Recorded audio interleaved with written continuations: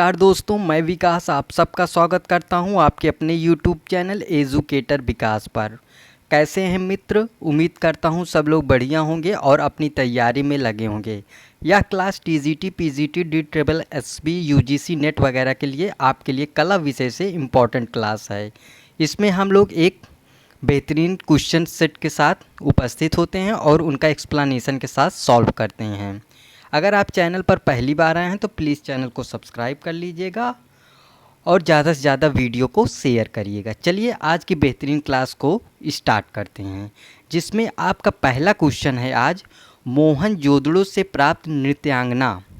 एक नृत्यांगना की मूर्ति है, वह कितनी लंबाई है उसकी, यह क्वेश्चन आपसे पूछ रहा है। ऑप्शन है ए है 10.1 सेंटीमीटर, ऑप्शन बी है 10.2 सेंटीमीटर, ऑप्शन सी है 10.3 सेंटीमीटर और लास्ट ऑप्शन डी है 10.5 सेंटीमीटर।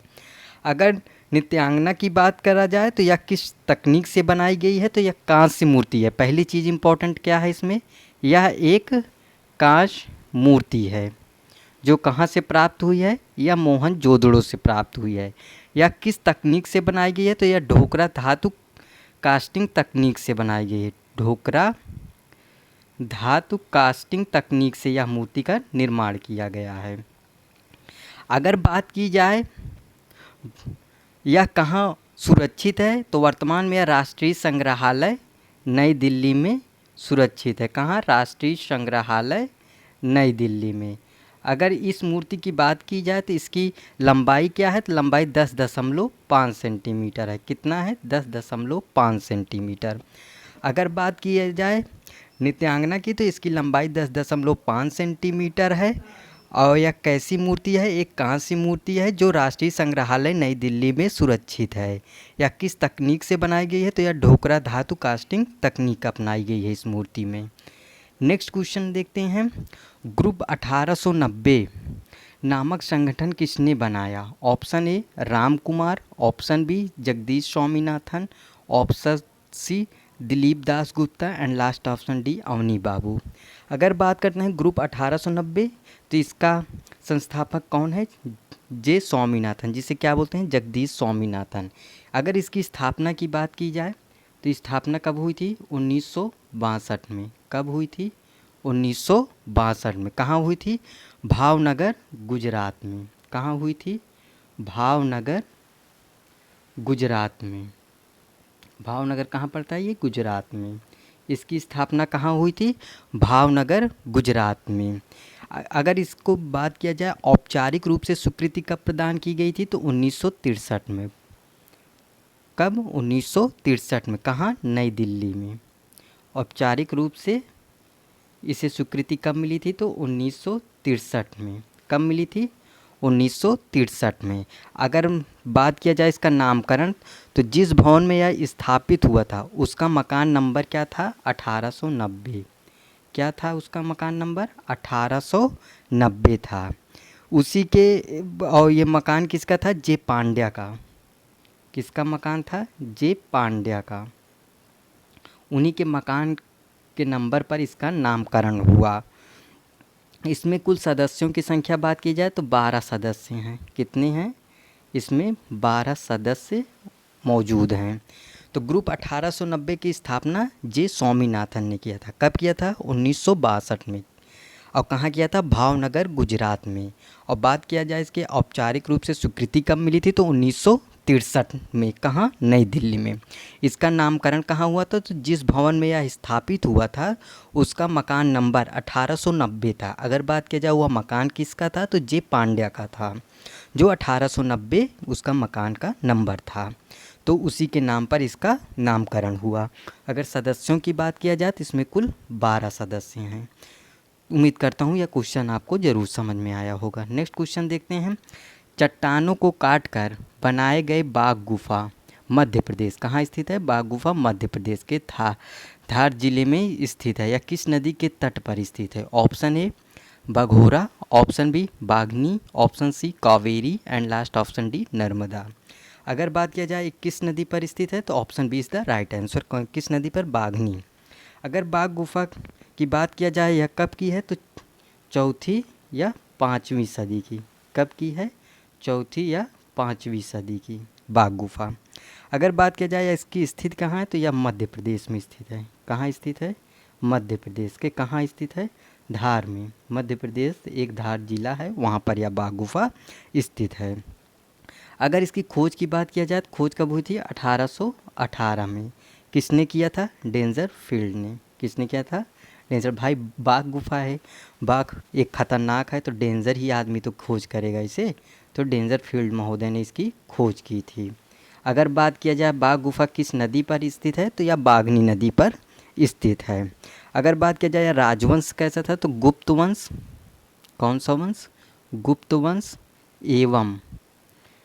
वंश एवं सातवाहन वंश।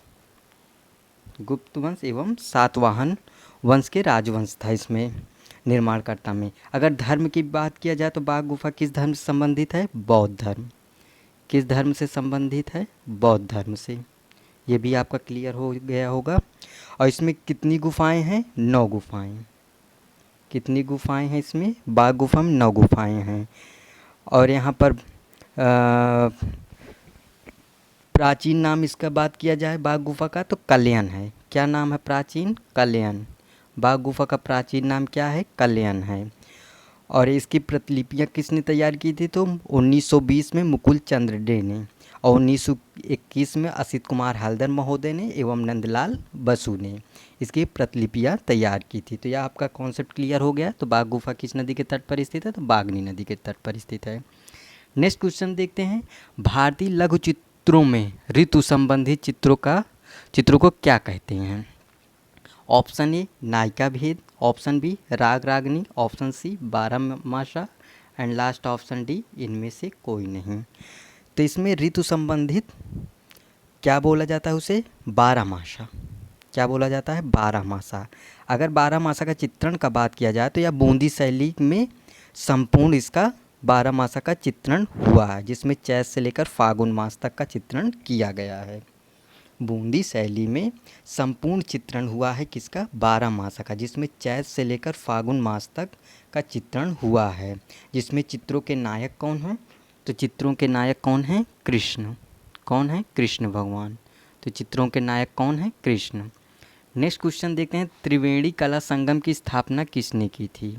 बात करते हैं Triveni Kala Sangam. Option A K S. Kulkarni, option B Nandlal Basu and option C Maqbool Fida Husain and last option D Amrita Shergil. अगर बात करते हैं त्रिवेणी कला संगम, तो यह के.एस. कुलकर्णी ने इसकी स्थापना की थी। कब की थी? 1945 से 55 के बीच में त्रिवेणी कला संगम की स्थापना की थी। अगर बात करते हैं के.एस. कुलकर्णी महोदय का, तो ये BHU बनारस हिंदू यूनिवर्सिटी वाराणसी में ललित कला संकाय के डीन थे के.एस. कुलकर्णी महोदय ने। नेक्स्ट क्वेश्चन देखते हैं। संगीतकारों की मुखाकृतियों के लिए प्रसिद्ध हैं। कौन है? Option A DP Roy Chowdhury, option B Sarvari Roy Chowdhury, option C Amrita Shergil and last option D Jayappa Swamy. तो संगीतकारों की मुखाकृति के लिए कौन प्रसिद्ध हैं? तो सब इसमें प्रसिद्ध हैं Sarvari Roy Chowdhury. Option B is the right answer. अगर सर्वरी राय चौधरी की बात करते हैं तो ये क्या हैं? एक मूर्तिकार हैं। क्या हैं? एक मूर्तिकार हैं। जिनका जन्म कब हुआ था? अगर इनके जन्म की बात किया जाए तो इनका जन्म हुआ था 21 जनवरी 1933 में। 21 जनवरी 1933 में। और कहाँ हुआ था? उलपुर पश्चिम बंगाल। कहाँ हुआ था? उलपुर पश्चिम बंगाल में। अगर शिक्षा की बात किया जाए तो government college of art and craft Kolkata से इन्होंने कला में डिप्लोमा प्राप्त किया था। इनके गुरु कौन थे? प्रदोष दास गुप्ता थे। तो संगीतकारों की मुखाकृतियों के लिए कौन प्रसिद्ध हैं? तो सर्वरी राय चौधरी हैं। नेक्स्ट क्वेश्चन देखते हैं। सुमेलित नहीं है। एक तरफ ए है, एक तरफ बी है। अब इसमें कोई ऐसा जोड़ा है जो सुमेलित नहीं है। अगर बात किया जाए जहाज महल तो इसको बोल रहे हैं मांडू। अगर बात किया जाए शोर मंदिर तो ये बोल रहे हैं महाबलीपुरम से संबंध है। अगर तेली का मंदिर ये बोल रहे हैं ग्वालियर से संबंधित है। अगर शाह हमदान की बात किया जाए ये बोल रहे हैं आगरा में है। तो इसमें कौन सा सुमेलित नहीं है? अगर बात किया जाए जहाज महल तो ये मांडू, ये सही है संबंध। शोर मंदिर की बात किया जाए महाबलीपुरम, ये भी सही है। अगर तेली मंदिर का बात किया जाए ग्वालियर, ये भी सही है। अगर शाह हमदान की बात किया जाए तो ये आगरा में नहीं है, ये कहाँ है? श्रीनगर। इसका संबंध कहाँ से है? श्रीनगर, जम्मू कश्मीर से। ठीक, तो इसमें क्या सही हो जाएगा? Option D. नेक्स्ट क्वेश्चन है, रस का प्रमुख स्रोत है? ऑप्शन ए पाठ्य, ऑप्शन बी विचार, ऑप्शन सी सौंदर्य एंड लास्ट ऑप्शन डी आनंद। तो इसमें गलत टाइप हो गया है, इसमें नाट्य होगा। तो ये राइट आंसर हो जाएगा ऑप्शन ए। अगर रस की बात किया जाए तो रस की उत्पत्ति सबसे पहले कहाँ हुई थी? भरत मुनि के नाट्य शास्त्र में। कहाँ? भरत मुनि के नाट्य शास्त्र में भरत मुनि ने इसे सबसे पहले परिभाषित किया था। तो ये मिसप्रिंट था, ये जो पाठ्य लिखा है, पाठ्य कुछ नहीं है, ये है नाट्य। तो इसका राइट आंसर हो जाएगा नाट्य। नेक्स्ट क्वेश्चन देखते हैं, चारकोल क्या है? तो चारकोल क्या है? एक पेंसिल है, एक लोहा है, एक कोयला है या सोना है? तो चारकोल की बात किया जाए तो एक क्या है? ये एक प्रकार का कोयला है। नेक्स्ट क्वेश्चन है, ब्रह्मा के 4 मुख किसके प्रतीक हैं? ऑप्शन ए 4 पुष्पों के, ऑप्शन बी 4 देवताओं के, ऑप्शन सी 4 वेदों के और लास्ट ऑप्शन डी 4 मनुष्यों के। तो ब्रह्मा के 4 मुख किसका प्रतीक है? तो यह है 4 वेदों के। तो आज के थे 10 महत्वपूर्ण क्वेश्चन। आपका क्या स्कोर हुआ? आप ये कमेंट बॉक्स में ज़रूर शेयर करिएगा। और आपको क्लास कैसे लगी ये भी आप ज़रूर बताइएगा। और चैनल पर पहली बार हैं तो प्लीज़ चैनल को सब्सक्राइब कर लीजिएगा। ज़्यादा से ज़्यादा चैनल की वीडियोस को शेयर करिएगा, जिससे हमें भी कुछ मनोबल बढ़े, तो हम और बेहतरीन क्वेश्चन आपके लिए लाया करेंगे। चलिए मिलते हैं नेक्स्ट वीडियो में, तब तक के लिए बाय बाय, टेक केयर, धन्यवाद।